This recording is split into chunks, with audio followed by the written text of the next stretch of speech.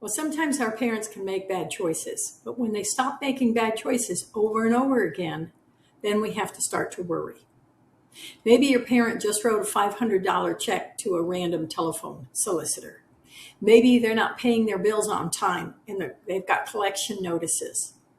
Or when you check the driveway, you're seeing that they left the garage door open, or they didn't pull the car in completely, or the bathroom looks like a mess. They haven't cleaned it in a while. Maybe there are morning pills in evening slots in the pill organizer. And you confront them with it and you're saying, you can't do that, Mom. You can't leave your pills around like that. And all of a sudden they say, leave me alone. That's not your problem. Okay. I've managed my whole life for 80 years, 90 years. I'm going to continue to do it. I know how to run my household. But if you're constantly dropping these issues just to avoid a blowout, family blowout, you're going to run into very difficult situations. Hi, I'm Suzanne Fasella. I'm a retired physician assistant and senior care specialist.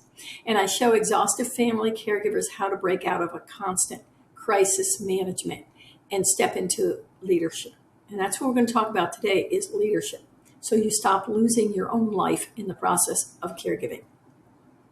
When you allow your senior to deny or your own fear of confrontation to dictate what's really going on, you lock yourself into a spiral, and it's going to end up in burnout or intervention. You're left waiting for that vehicle accident, for a car accident, or a toxic medication error because they took the wrong pills at the wrong time or with the wrong other medications, or a total loss of retirement savings. And this is going to force that intervention. And by then, it's usually too late. So today, we want to talk about bad choices because we have to call them what they are. And I've heard every excuse under the sun about bad choices. This person is dating this person. That person's not a good person for him. Oh, they're just so nice. No. Next thing you know, their money's gone. Or my mom has, she's met a friend and he's moved in. No, not a good choice. Mom's going to get married. Huh? When did this happen? Who's the guy she's marrying? Not a good choice. All these things are red flags. And you see others too that don't pertain necessarily to people, but they pertain to things they're doing. They're not keeping up with their yard anymore. They're not taking out their trash. They're not doing car maintenance anymore. There's no food in the refrigerator when there used to be.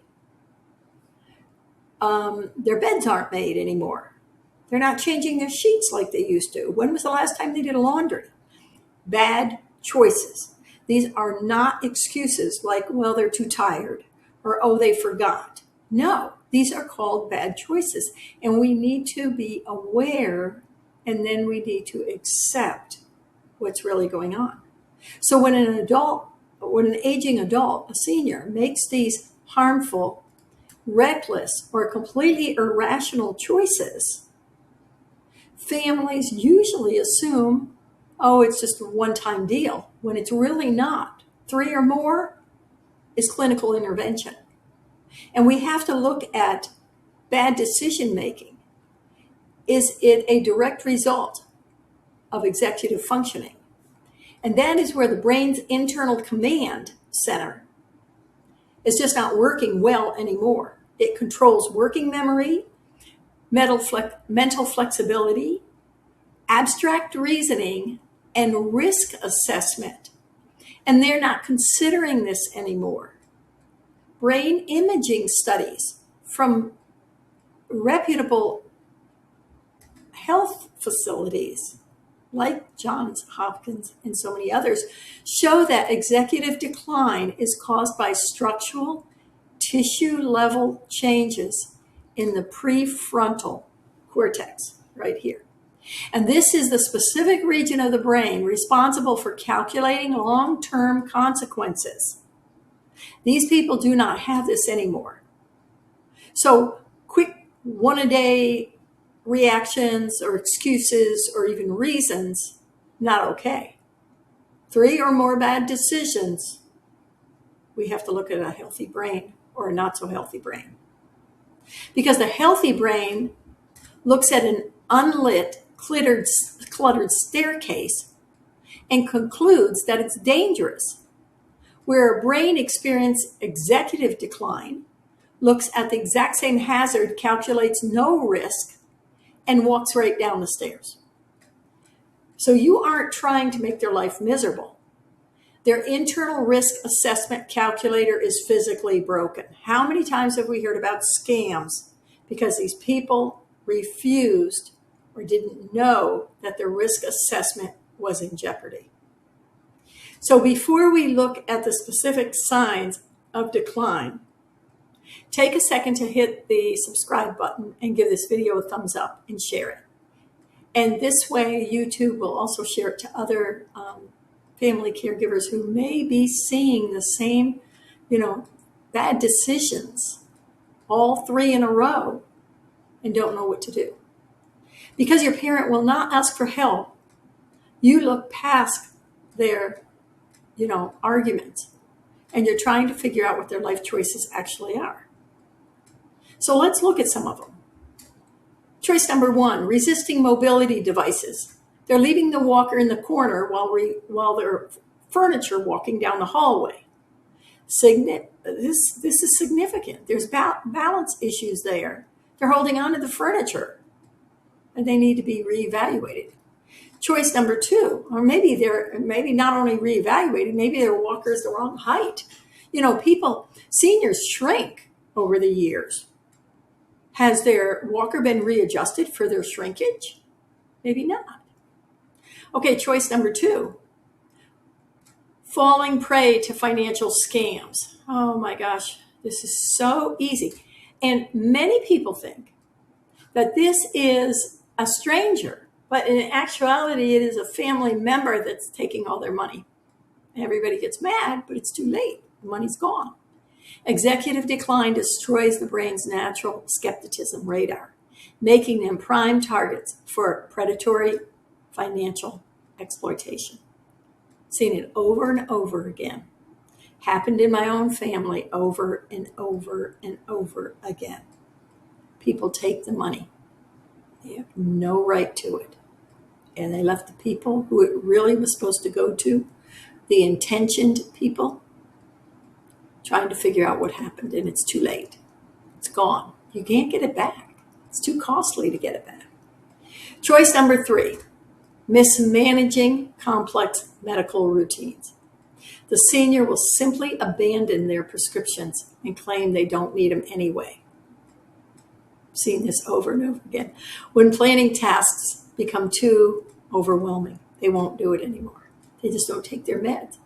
Or they call you and say, what was that pill for? I found this pill in the cabinet. Was I supposed to be taking this all along? I found these old pills. How old are they? Well, they're 8 years old. Why are you taking them? They're 8 years old. You're not supposed to take them. People don't realize that. Okay? Or they start taking them. Or they give them to their spouse to take. I've seen that too. Just terrible. Okay, choice number 4. Living in hazardous household clutter, which signals a massive breakdown in organizing capacity. Now, this isn't always due to organizing capacity. They can go out and shop, and they become shopaholics later in life, and they start holding on to things and buying things like crazy. And you have to look at, is it depression, insecurity, fear? What are they hiding from by keeping this massive amount of stuff in their house that they can't even walk past it? So we have to look at that on top of what else is breaking down in their brain. And choice number 5, insisting on driving despite the dents and the close calls, because driving is deeply tied to adult identity. And your parent will mask these exact failures using behavioral phenomena known as social preservation. They can switch on to a totally polished performance in front of other people, but you're seeing the real raw data in front of you, and it's happening.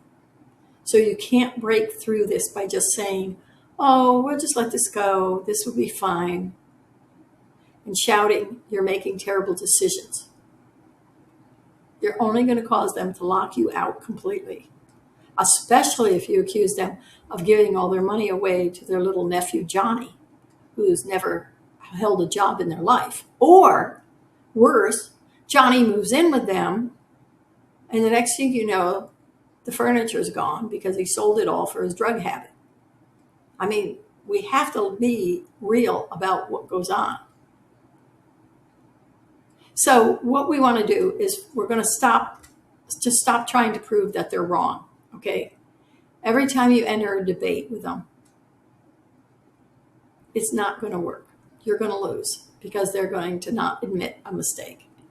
And it's going to trigger deep resentment. So focus entirely on the objective, the safety measures, the guardrails that have to be in place.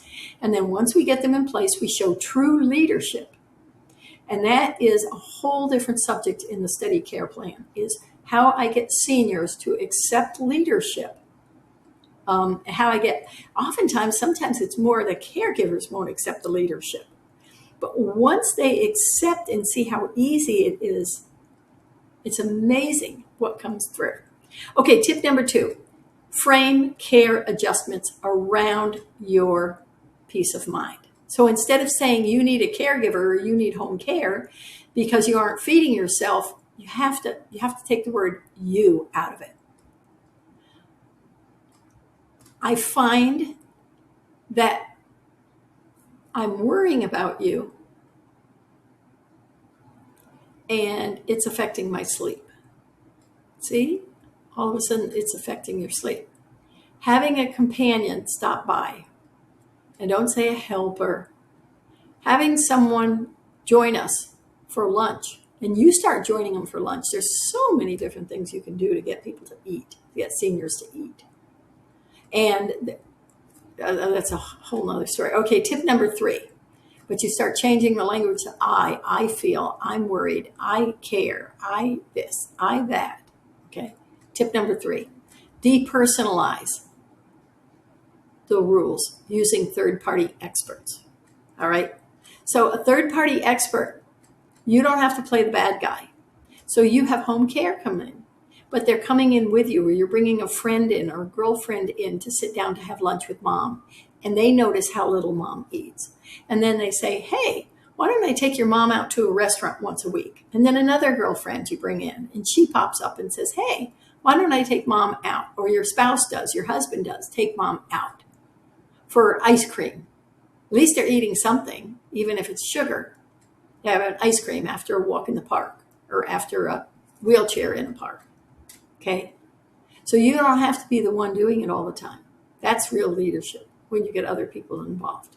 All right? So these are some of the things you have to be aware of, our senior choices. What they're doing, how they're doing it, and don't buy into their excuses anymore. A bad decision is a bad decision. You wouldn't let yourself do it. You wouldn't let somebody else. You wouldn't let your child do it. Why would you let your parent do it? So leave a comment in the video below and let me know, is your parent making poor lifestyle choices right now? How do they react when you bring it up? Especially if you're starting to see scammers. Have you let the right people know that your parent is at risk of being scammed? There are ways to protect them. Put those guardrails up. There's ways to communicate this with the family so no one gets upset. Everybody gets on the same page. Your parent doesn't even know that you're protecting them. But these bank accounts do not have to be emptied, nor does your health have to go down the tubes. So let's fix this and fix it quick, because love is not enough. You are going to need a plan on all of these things when they start making bad decisions. And don't forget to click the link in the description below so you can get the 75 most common senior care problems families face.